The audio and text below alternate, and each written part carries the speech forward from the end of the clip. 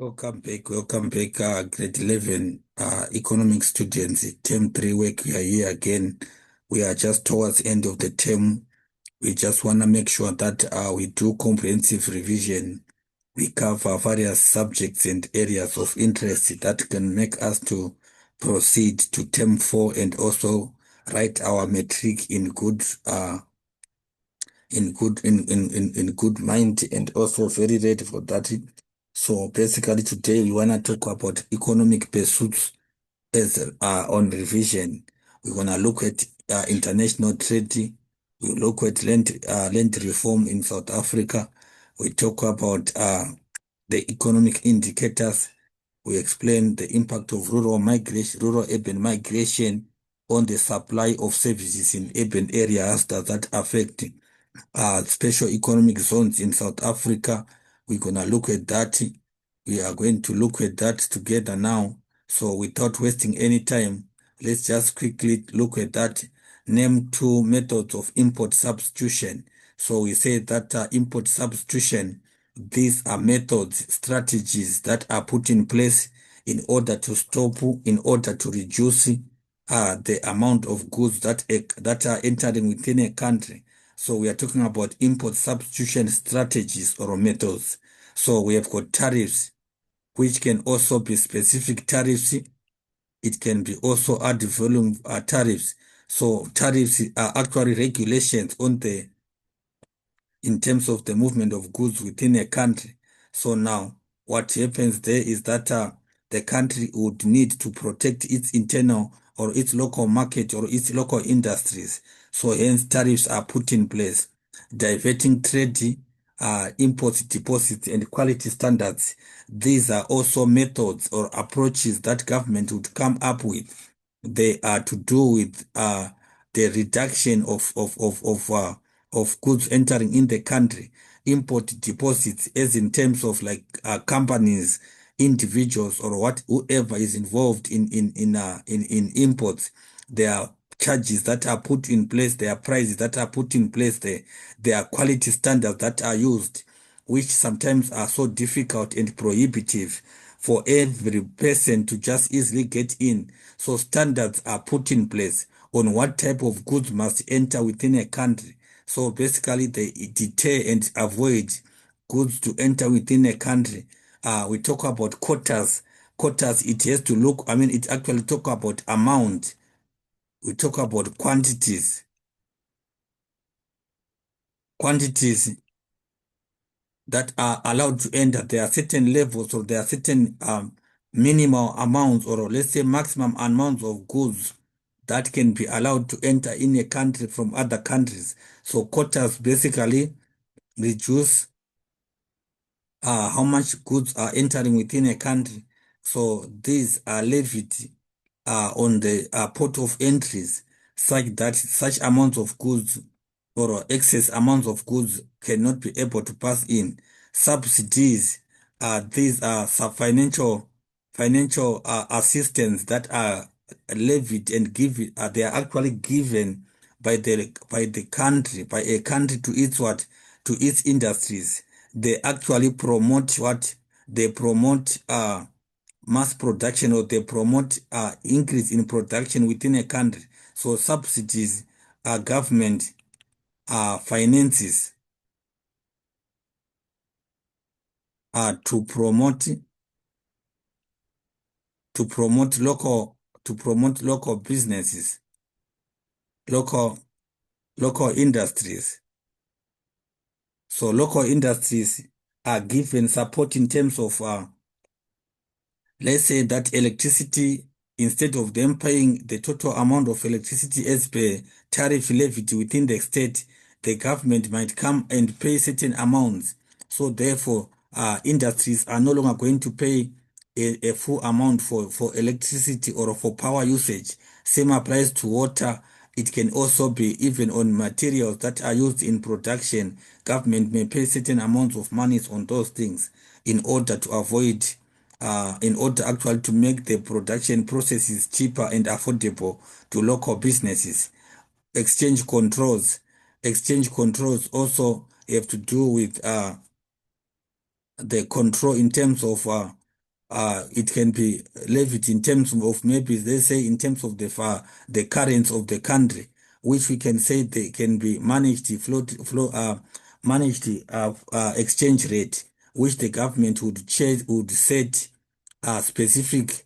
It can control or regulate the powers of their currency in order to make it also uh, somehow uh, deterrent for businesses to go and buy outside.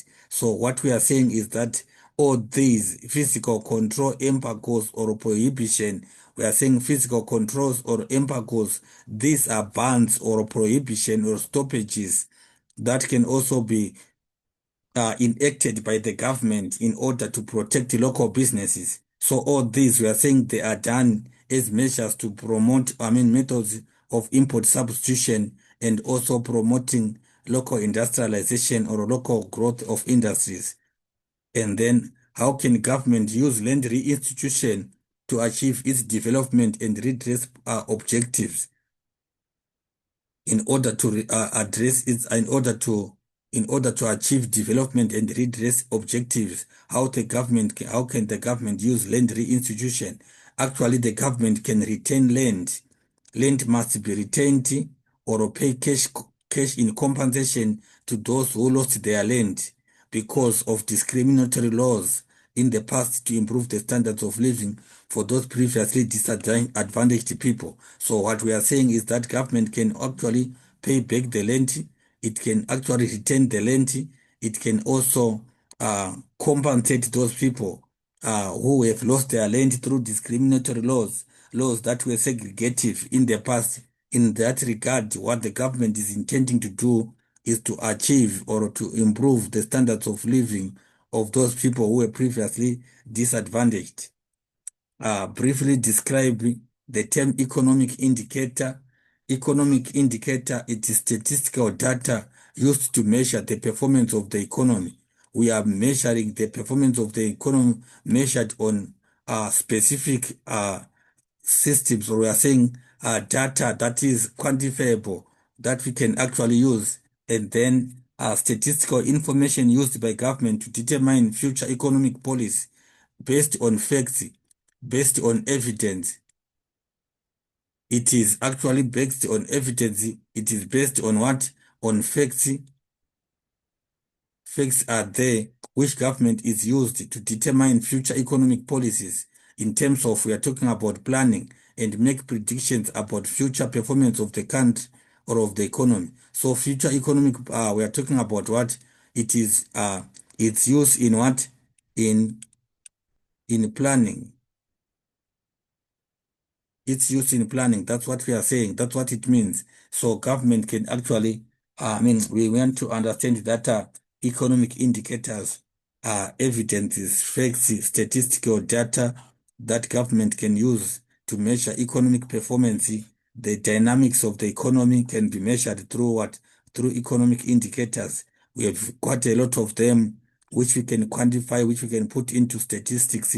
We talk about we talk about various factors, GDP, we talk about employment, we talk about standards of living, we talk about infant mortality rate, we talk about many other various factors that we can put into this. So now we are saying all those are quantifiable or are statistical information that government can use to determine future policies and also make predictions on what might be need to be changed and so forth.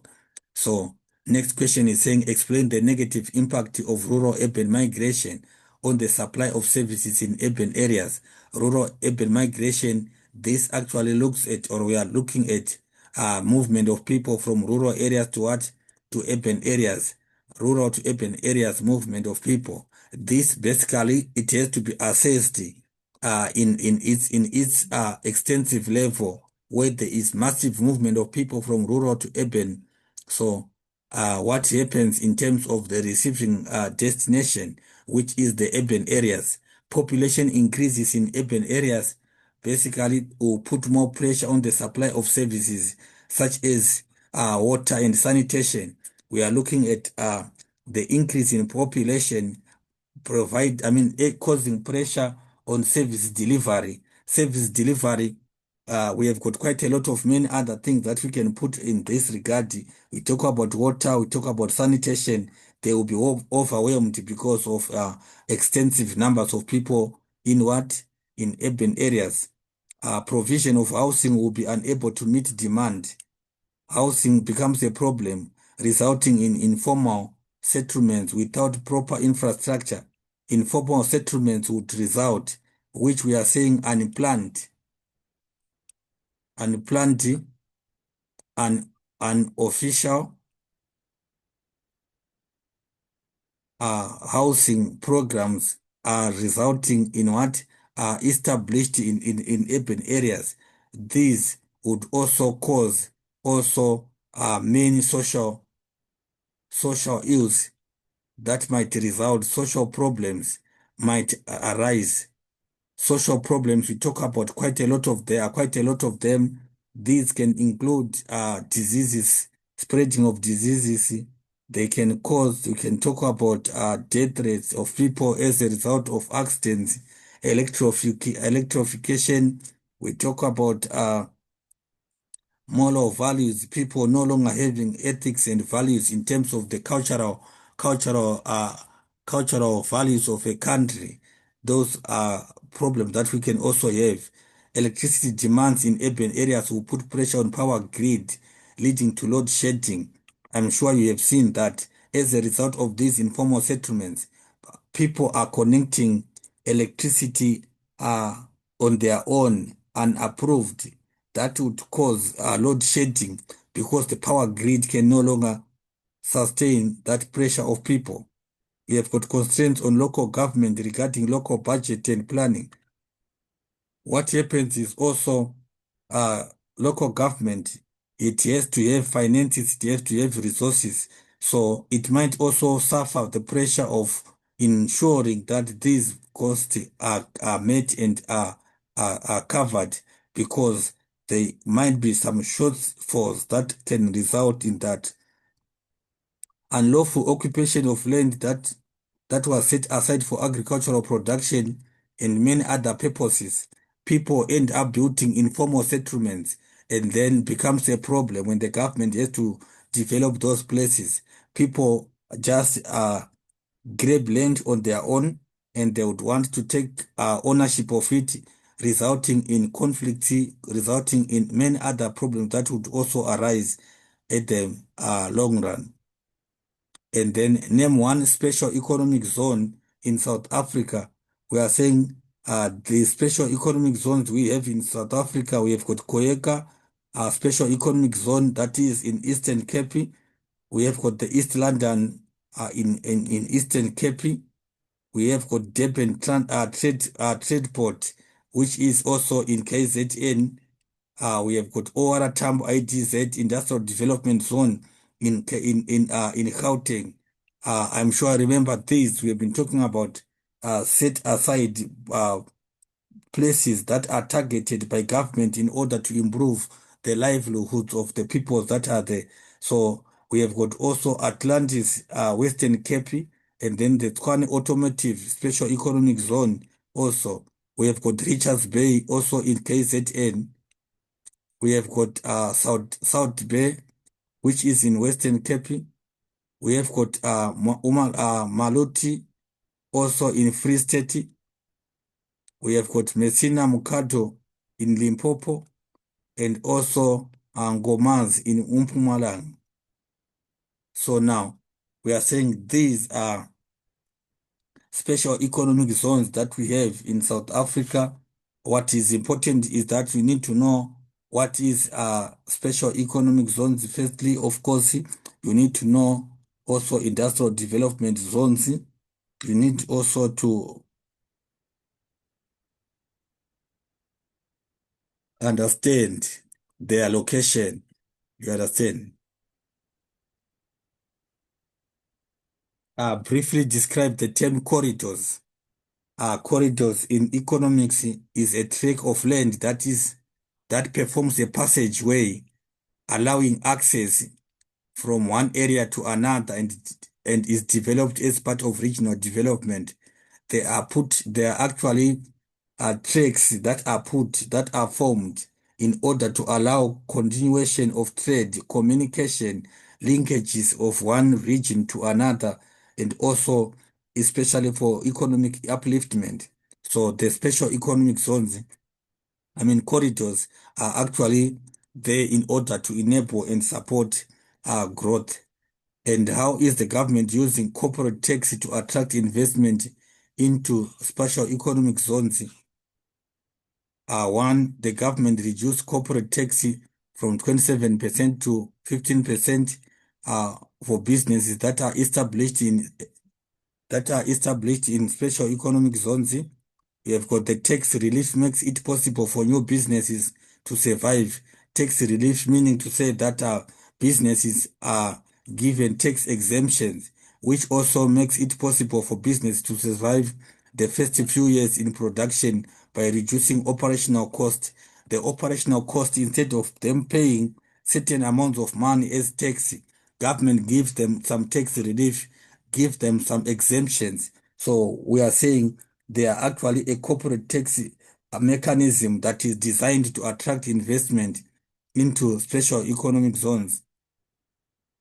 Explain the importance of public-private partnerships in spatial development initiatives.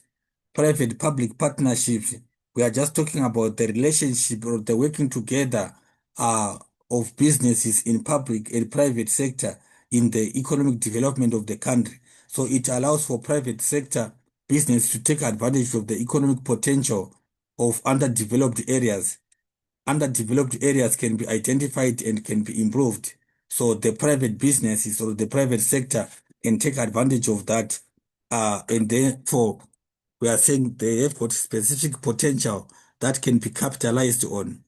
Uh, Private businesses may provide investment capital, while government provides infrastructure such as roads and water and electricity.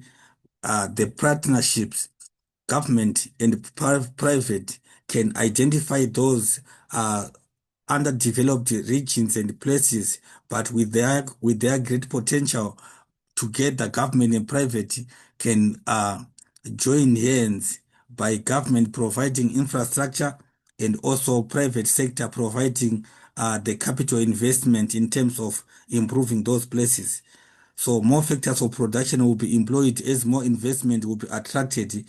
I'm sure that, if we talk about in the employment or the usage of factors of production, it actually also tend to mean that employment is created, and therefore we are in a way improving that area or those special economic, those special development initiatives. And then businesses benefit from profits and government benefits from taxes. Government taxes businesses that are operating their businesses because of the potential that is in those places. They are also to make more money. And then at the end of the day, unemployment is decreased or is reduced. We talk about allowing moving towards international competitiveness and regional cooperation and more diverse ownership base. So international competitiveness is brought into action. Remember, we said these are areas that are sometimes not fully developed. So government, by identifying them and coming into partnership with the private, there is improvement in innovativeness. There are standards that are put into place.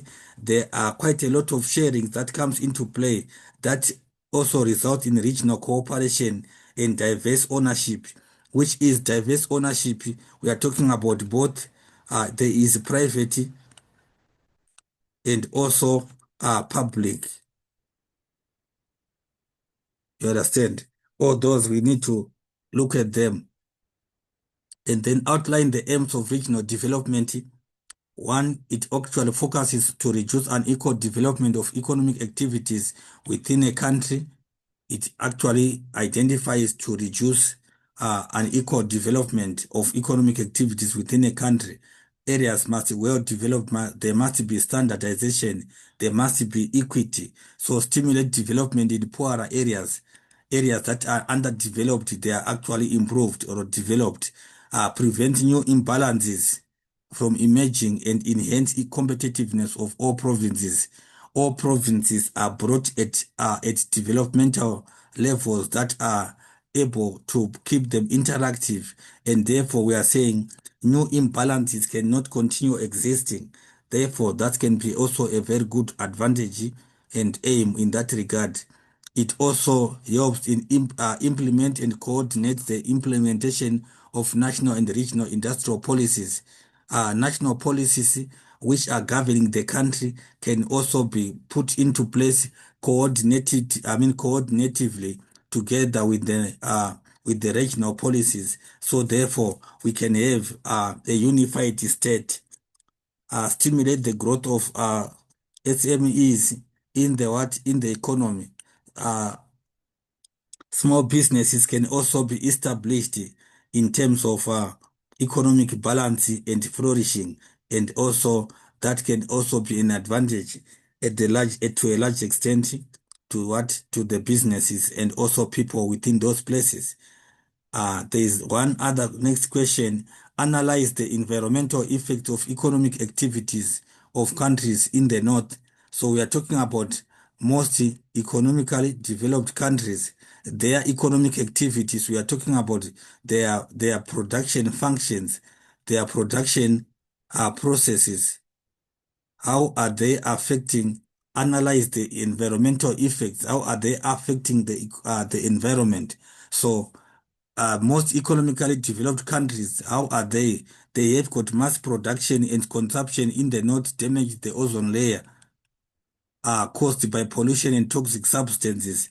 If you can remember also, if at one point in time we looked at this, the north-south divide, we have got massive production that takes place in the north, which actually has got effects that outstrains into the south. So what happens is that the mass production, it actually damages the ozone layer. We talk about the accumulation of greenhouse gases that are actually depleting the atmosphere.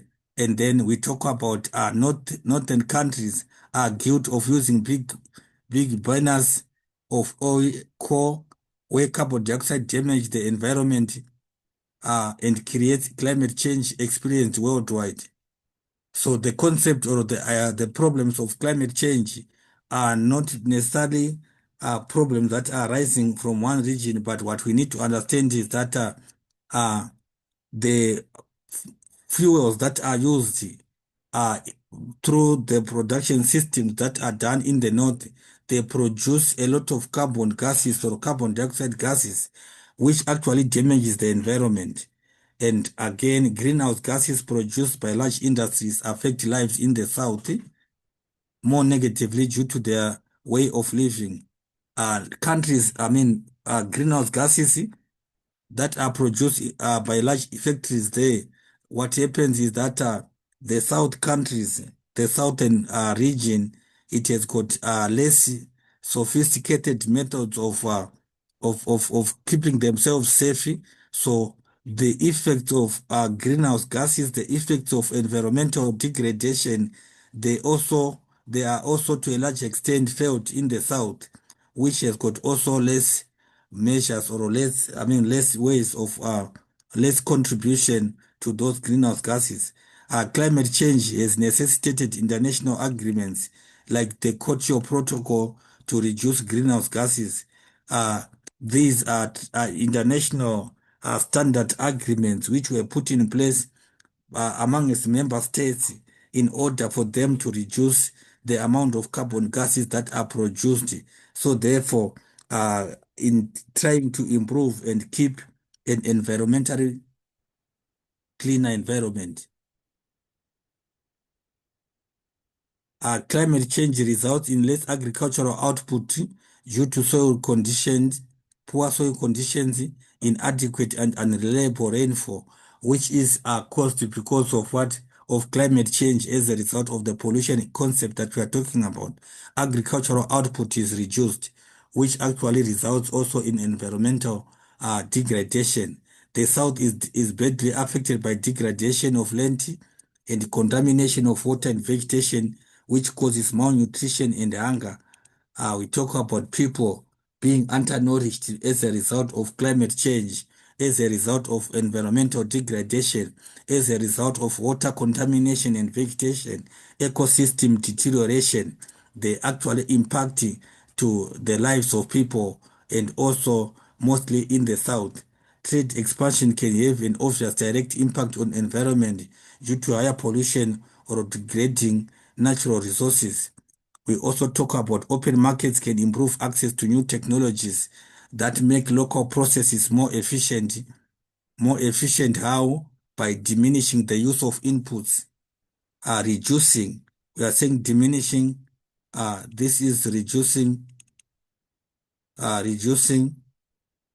use of inputs such as energy, water, and other environmentally harmful substances. They are what?